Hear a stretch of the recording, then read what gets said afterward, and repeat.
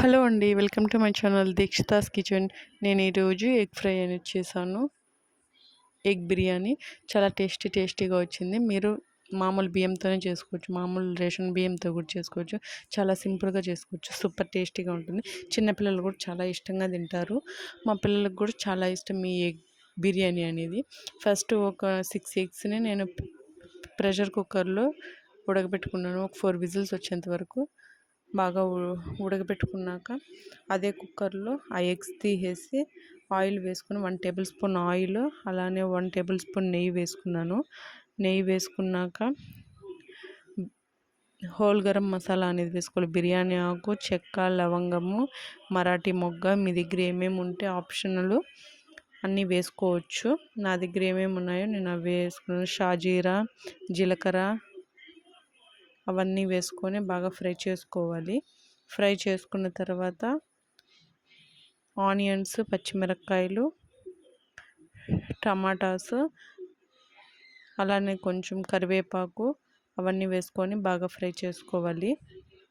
ముందుగానే కట్ చేసి పెట్టుకున్నాను నేను స్లైసెస్గా అన్నీ.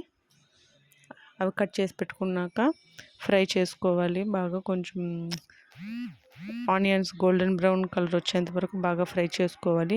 ఫ్రై చేసుకున్న తర్వాత దాంట్లోకి కొంచెం సాల్ట్, అలానే కొంచెం అల్లం పేస్ట్ కూడా యాడ్ చేసుకోవాలి. అల్లం పేస్ట్ పచ్చివాసన పోయేంత వరకు బాగా వేయించుకోవాలి. వేయించుకున్న తర్వాత లైట్గా దాంట్లోకి పసుపు యాడ్ చేసుకోవాలి. పసుపు యాడ్ చేసుకుంటే బాగా వేయించుకోవాలి. పసుపు యాడ్ చేసుకున్నాక ఇది చాలా సింపుల్గా టేస్టీగా చేసుకోవచ్చు. మామూలు మనం టమాటా రైస్ చేసుకున్నట్టే ఆ మెథడ్లోనే చేసుకోవచ్చు. చాలా సింపుల్గా చేసుకోవచ్చు. హస్బెండ్ లంచ్ బాక్స్కి, పిల్లల లంచ్ బాక్స్లో కూడా చాలా టేస్టీగా ఉంటుంది. ఒక 10 మినిట్స్లో అయిపోతుంది ప్రెషర్ కుక్కర్లో అయితే. అదే దమ్ పెట్టాలంటే ఒక హాఫ్ అన్ అవర్ అన్న పడుతుంది. దమ్ ప్రాసెస్ అనేది కొంచెం టైం తీసుకుంటుంది, టైం పడుతుంది. అందుకనేసి నేను ఫాస్ట్గా అయిపోవాలనేసి ప్రెషర్ కుక్కర్లో అనేది పెడతాను. మా పిల్లలు కూడా చాలా ఇష్టంగా తింటారు ఎగ్ బిర్యానీ అనేది. చాలా సింపుల్గా చేసుకోవచ్చు. ఇలా సింపుల్గా మీకు నచ్చినట్లు చేసుకోండి. మీ దగ్గర ఏమైనా వెజిటేబుల్స్ ఉన్నా కానీ యాడ్ చేసుకోవచ్చు. నేను ఎందుకంటే వెజిటేబుల్స్ వేస్తే అది వెజిటేబుల్ బిర్యానీ అవుతుందనేసి నేను వెజిటేబుల్ వేసుకోలేదు. వెజిటేబుల్స్ అనేవి దాంట్లోకి కొంచెం ఉప్పు, కారము, అలానే ధనియాల పొడి వేసుకొని బాగా ఫ్రై చేసుకోవాలి. చికెన్ మసాలా కూడా కొంచెం యాడ్ చేసుకోవాలి. చికెన్ మసాలా, గరం మసాలా అన్నీ వేసుకొని బాగా సిమ్లోనే పెట్టి బాగా వేయించుకోవాలి. అలానే దాంట్లో కొంచెం కర్డ్ వేసుకోవాలి. పెరుగు పచ్చివాసన పోయేంత వరకు కొంచెం బాగా వేయించుకోవాలి సిమ్లోనే పెట్టి.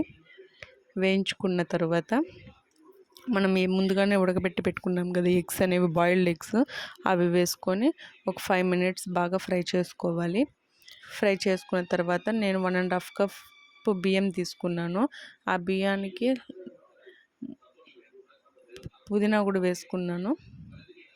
పుదీనా, కొత్తిమీర కూడా వేసుకోండి.